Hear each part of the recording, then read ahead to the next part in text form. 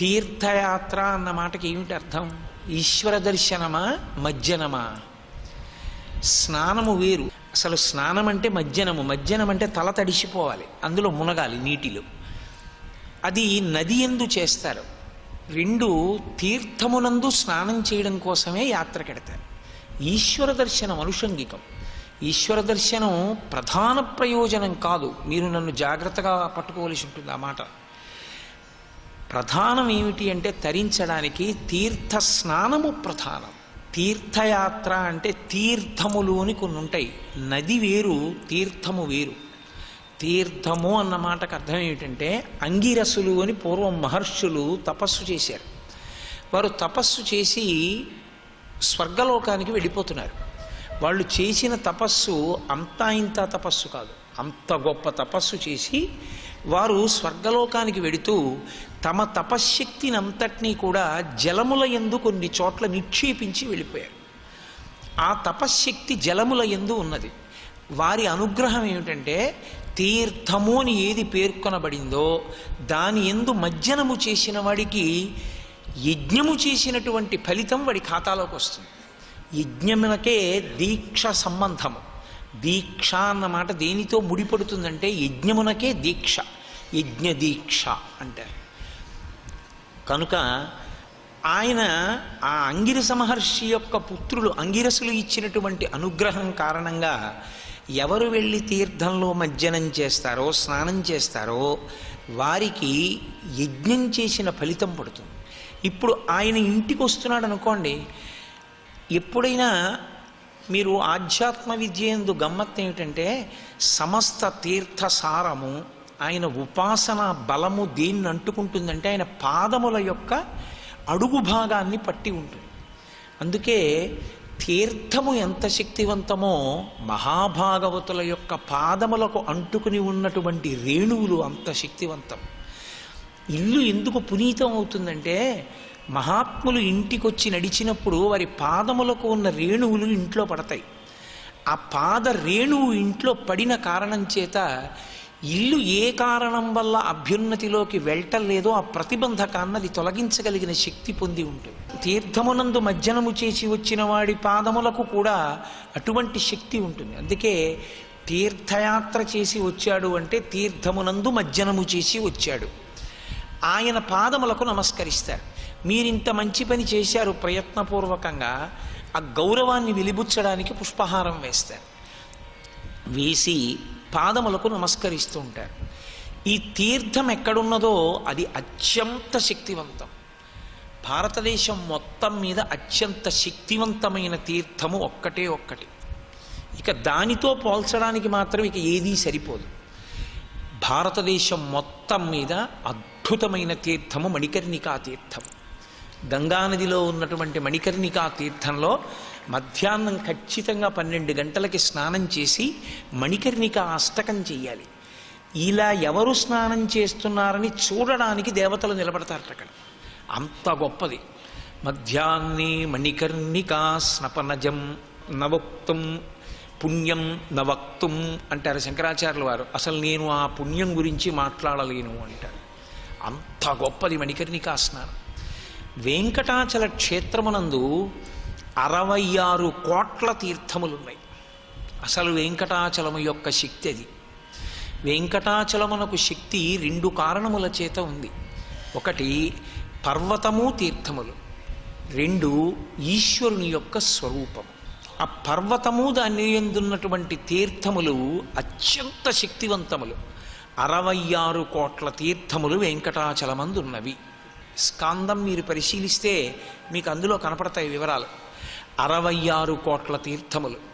66 కోట్ల తీర్థముల యందు ఎక్కడున్నాయో తెలుసుకొని స్నానం చెయ్యడమే అసంభవం కనుక, అథవా 1008 తీర్థములను గుర్తుపట్టి పేరు తెలుసుకుని స్నానం చెయ్యవచ్చు. 1008 తీర్థములలో స్నానము చెయ్యలేకపోతే 108 తీర్థములున్నాయి. వాటి యందు ఎవరు స్నానము చేస్తారో వారు ధర్మమునందు విశేషమైన అనురక్తిని పొందుతారు అని. ఆ 108 తీర్థాలలో ఎవరు స్నానం చేస్తాడో వాడికి జీవితంలో ఎప్పుడు ధర్మం ధర్మం ధర్మం అదే పట్టుకుంటుంది, ఒంటిని బుద్ధిని అది పట్టుకుంటుంది. దాని చేత వాడు చాలా గొప్ప స్థితిని పొందుతాడు. 108 తీర్థముల యందు స్నానం చెయ్యలేకపోతే కలియుగంలో వెంకటాచల క్షేత్రం ఇచ్చేటటువంటి గొప్ప కానుక ఏమిటో తెలుసా అండి? 6 తీర్థములు. ఈ 6 తీర్థముల యందు స్నానం ఎవరైనా చెయ్యగలిగితే వారికి మోక్షం ఇచ్చి తీరుతాను అని శాసనం. ఆ 6 తీర్థములే మొట్టమొదటిది స్వామి పుష్కరిణి, పాప వినాశనము, ఆకాశగంగ, పాండవ తీర్థము, తుంబుర తీర్థము, కుమారధార. ఈ 6 తీర్థములు సాక్షాత్తు మోక్షము నీయగలవు. అందున తుంబురు తీర్థం దగ్గరికి సాక్షాత్ అగస్త్య మహర్షి వచ్చి కూర్చుని ప్రవచనం చేస్తుండేవారు శిష్యులకి రావి చెట్టు కింద. అగస్త్యుడంటే సామాన్యమైనటువంటి మహర్షి కారు. అటువంటి అగస్త్యుడు కూడా సేవించాడు తుంబురు తీర్థాన్ని. అంత గొప్ప తీర్థం తుంబురు తీర్థం. అటువంటి తుంబురు తీర్థంలో వృషభాసురుడు స్నానం చేస్తుండేవాడు ఎప్పుడు, ప్రతినిత్యం. కానీ అసురయోనికి ఉన్నటువంటి లక్షణం ఆయనకున్నటువంటి రాజసిక తామసిక వ్యగ్రత పోలేదు.